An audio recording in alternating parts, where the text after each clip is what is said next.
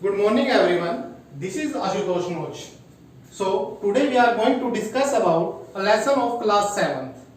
The name of the lesson is Tracing Changes Through 1000 Years from 700 to 1750. What do you understand by this? We have to think about tracing change that come from ancient time to the modern time. So पहले समझो what is ancient time. When you were in the 6th class तो आपने पढ़ा होगा गुप्तास के बारे में, मौर्यास के बारे में. तो ये हमारा एंशियंट पीरियड था. 700 में जब मुस्लिम्स ने इंडिया में आना शुरू किया तब से लेकर 1750 यानी कि ब्रिटिशर्स तक जो पीरियड जाना जाता है उसे जाना जाता है मॉडर्न इरा को. नाउ क्या क्या चेंज आए उस पीरियड के अंदर, इन हजारों सालों के अंदर क्या फर्क पड़ा. सो कहता है changes come from ancient time to the modern era. तो कैसे चेंज हो सकता है? It may be the change of language, it may be the social change, cultural change, political change, economical change.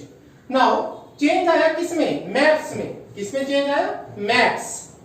यानी कि हो सकता है एंशिएंट टाइम में कुछ अलग मैप हो, मेडिवल में कुछ अलग हो और मॉडर्न इरा में कुछ अलग मैप हो. चेंज आया लैंग्वेजेस. लैंग्वेजेस हम कैथल में रहते हैं, कैथल से आगे जींद है, जींद से आगे हिसार है. हर 20-25 कोस पर लैंग्वेज चेंज होती रहती है. सो अब हजारों साल के इस कल्चर में कितनी लैंग्वेजेस चेंज आई. और बाउंड्री तो कंटिन्यूअसली जब मेडिवल पीरियड चल रहा था सो सब चाह रहे थे कि ज्यादा से ज्यादा अपनी कॉलोनीज को बसाया जाए. तो वो चेंज आया किसके अंदर? कंट्रीज की बाउंड्री के अंदर. आओ सबसे पहले देखते हैं मैप फर्स्ट क्या है. जब आप अपनी एनसीईआरटी की बुक ओपन करोगे तो उसके अंदर फ्रंट पेज के ऊपर एक मैप है. अगर आप मैप को ध्यान से देखोगे तो मैप कैसा है?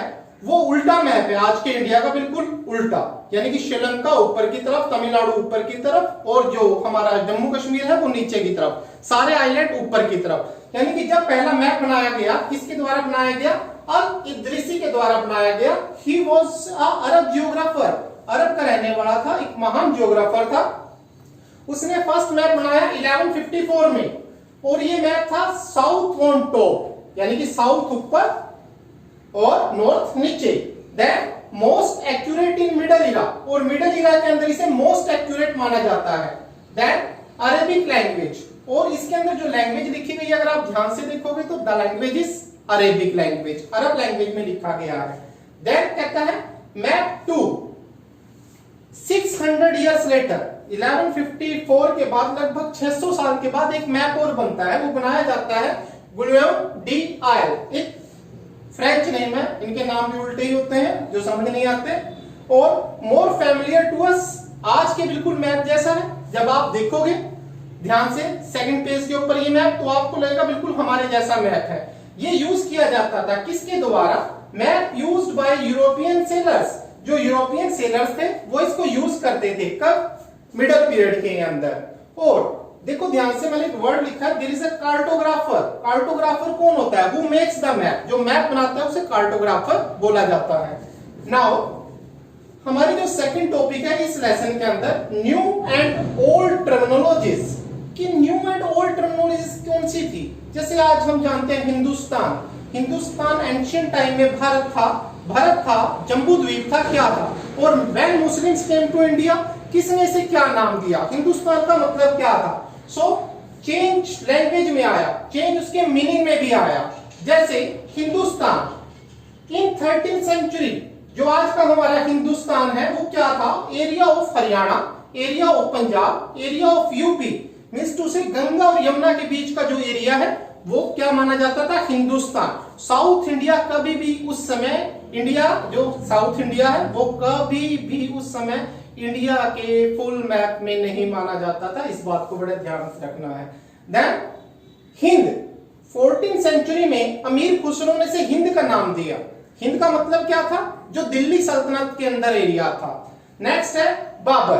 बाबर यूज सब कॉन्टिनेंट इन 16th सेंचुरी. सब कॉन्टिनेंट का मतलब क्या है? बांग्लादेश, श्रीलंका, अफगानिस्तान, पाकिस्तान और अपना पूरा भारत. यानी कि इतने बड़े एरिया को बाबर ने किस नाम से दिया? हिंदुस्तान नाम दिया. और आप देख रहे हो कैसे चेंज आया. कब हिंदुस्तान हरियाणा पंजाब था, फिर हिंद का मतलब क्या था और बाबर ने क्या करा. इसी तरह से फॉरेनर वर्ल्ड. फॉरेनर वर्ल्ड का मतलब क्या होता है? जो बाहर दूसरे देश का हो। लेकिन एंशिएंट टाइम में और मेडिवल पीरियड के अंदर फॉरेनर का मतलब होता था जो प्रदेश से आया, अपने ही देश में थोड़ा परदेशी हो, यानी कि बराबर के गांव वाला, हमारे पड़ोस के गांव वाला, जिसे हम ग्वांडी बोलते हैं, उसको क्या कहते थे, फॉरेनर बोला जाता था। देन कहता है सोर्सेज, थर्ड हमारी हेडिंग है सोर्सेज, कि सोर्सेज क्या होते हैं एंशिएंट टाइम के। एंशिएंट टाइम के सोर्सेज है coins, inscription, architecture, manuscripts, manuscripts होती है hand written document, ancient time में जो हैंड से लिखे जाते थे। देन कहता है टेक्स्ट, टेक्स्ट क्या था, टेक्स्ट था लिखा जाना। अब जब 1700 इरा चल रही थी देश के अंदर, तो क्या किया जाने लगा, उस समय बहुत ज्यादा प्रिंट कल्चर का जमाना आ गया, प्रिंट छपने लगे, किताबें छपने लगी, चीप हो गया सब कुछ, कागज बहुत सस्ता हो गया था और बहुत सारी बुक्स को जल्दी जल्दी प्रिंट किया जाने लगा। तो जब भी हम किसी भी चीज के बारे में जानने, अगर हमें अपने पूर्वजों के बारे में जानना है तो हम कैसे जानेंगे, उनका कोई रिकॉर्ड होगा। इसी तरह से किसी भी पुरानी चीज के बारे में अगर आपको जानना हो कि किस राजा के सिक्के हैं, ये इंस्क्रिप्शन कहाँ का है, ये मनुस्क्रिप्ट किसने लिखी है, ये बिल्डिंग कितनी पुरानी है, टेक्स्ट क्रॉनिकल्स जो होते हैं वो किसके और किस किस डायनेस्टी के हैं।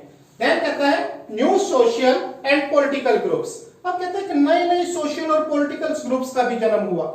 जब एंशिएंट से हम मेडिवल इरा की तरफ जा रहे हैं तो इसमें कोई डाउट नहीं है कि जब बाहर से कोई व्यक्ति आएगा तो वो न्यू कल्चर लेकर आएगा। For example I belongs to Haryana, if I go to Kerala, मैं अपना कल्चर वहां लेकर जाऊंगा और वो कल्चर हम सीखकर अडॉप्ट करके अपने हरियाणा में लाएंगे। जब कोई माइग्रेशन होता है वो तो कल्चरल चेंज होता है। सो जब social change and political groups का जन्म हुआ तो क्या हुआ, सबसे पहले इनोवेशन आया। इनोवेशन में आया Persian wheel in agriculture.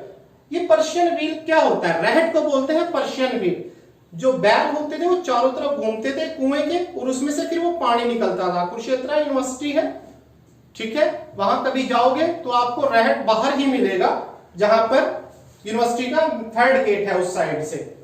So spinning wheel का आविष्कार हुआ, वीविंग के लिए, बुनने के लिए स्पिनिंग व्हील आया। फायर आर्म्स का यूज किया जाने लगा कॉम्बैट्स के अंदर, कॉम्बैट का मतलब युद्ध के अंदर। अब कहता है न्यू फूड, न्यू फूड का मतलब क्या है, पोटैटोस बाहर से आए, यूरोपियंस पोटैटोस लेकर आए, चिलीज लेकर आए, कॉर्न लेकर आए, टी लेकर आए एंड कॉफी लेकर आए। आपको पता है आज के जमाने में इंडिया सबसे बड़ा कंज्यूम करने वाला भी है, पैदा करने वाला भी लगभग एक जैसा ही है। किस चीज के लिए, टी और कॉफी के लिए। अब चेंजेस क्या आए, चेंजेस आया social, political, economical, cultural and religious. So dear, for this part we will end our lesson from here. In the next topic we will go forward. Okay, thank you very much.